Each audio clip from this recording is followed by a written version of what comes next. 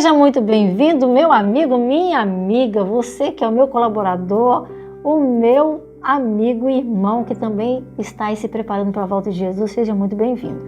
O Bíblia em Poesia desse dia traz o capítulo 11 de Coríntios como nosso ponto de estudo, né, dentro do projeto Reavivado por Sua Palavra.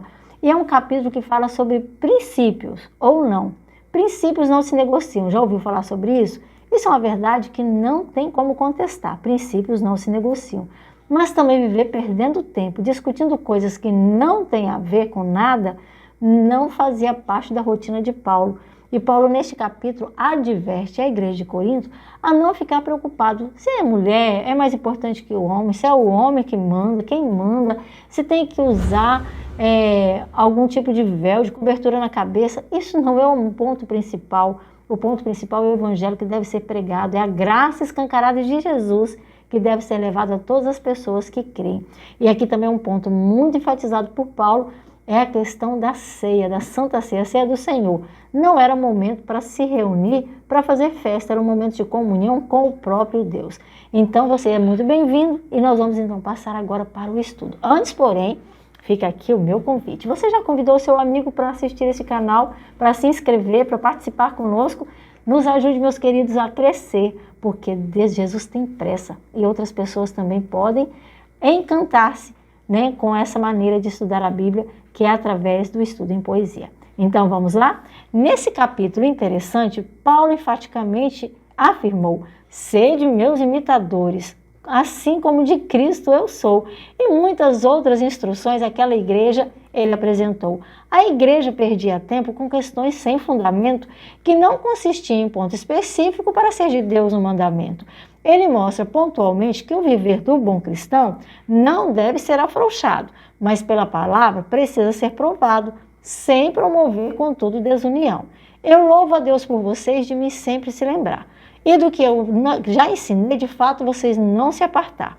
Cristo é o cabeça do homem e o homem é o cabeça da mulher. E vocês farão muito bem se prestar atenção no que eu vos disser.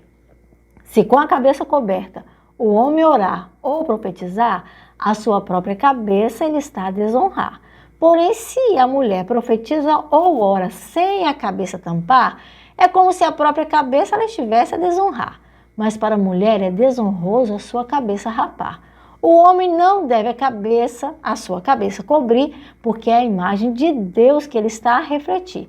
Mas a glória do homem é a sua companheira, a mulher, porque da mulher não foi feito o homem, mas do homem é que se fez a mulher.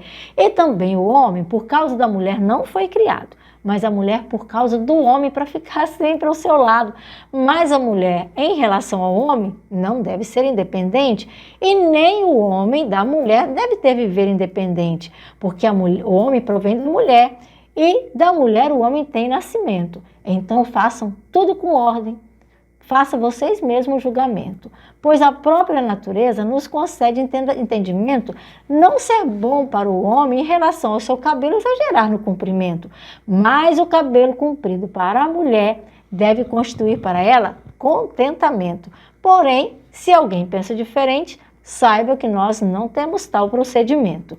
No que eu vou dizer agora, não posso em vocês me alegrar, porque quando vocês se ajuntam, parecem piores que eram antes se tornar e que há confusão entre vocês, alguém já me veio formar.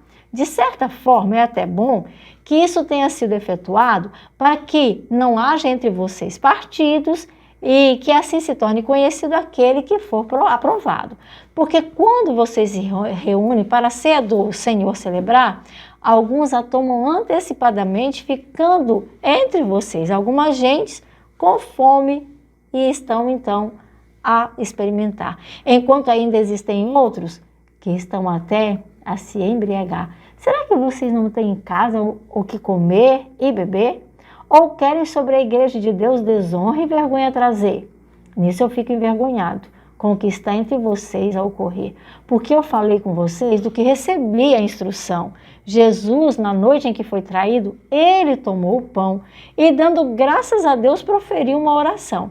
E depois o partiu a todos e passou a dizer assim: isto é o meu corpo que é dado por vocês, façam isso em memória de mim.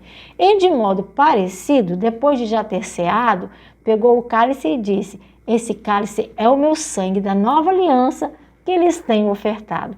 Façam isso todas as vezes que meu nome for relembrado, e sempre que comerem desse pão, desse cálice, vocês beberem, então terão a minha morte anunciado, até que eu complete a missão e neste mundo eu tenha retornado.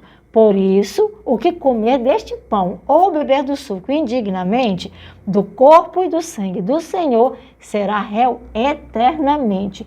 Porque quem come e bebe, sem ao corpo discernir, come e bebe juízo. Sim, come e bebe juízo para si. Por essa razão, há muitos doentes e muitos fracos entre vocês, e também não são poucos os que precocemente estão a morrer.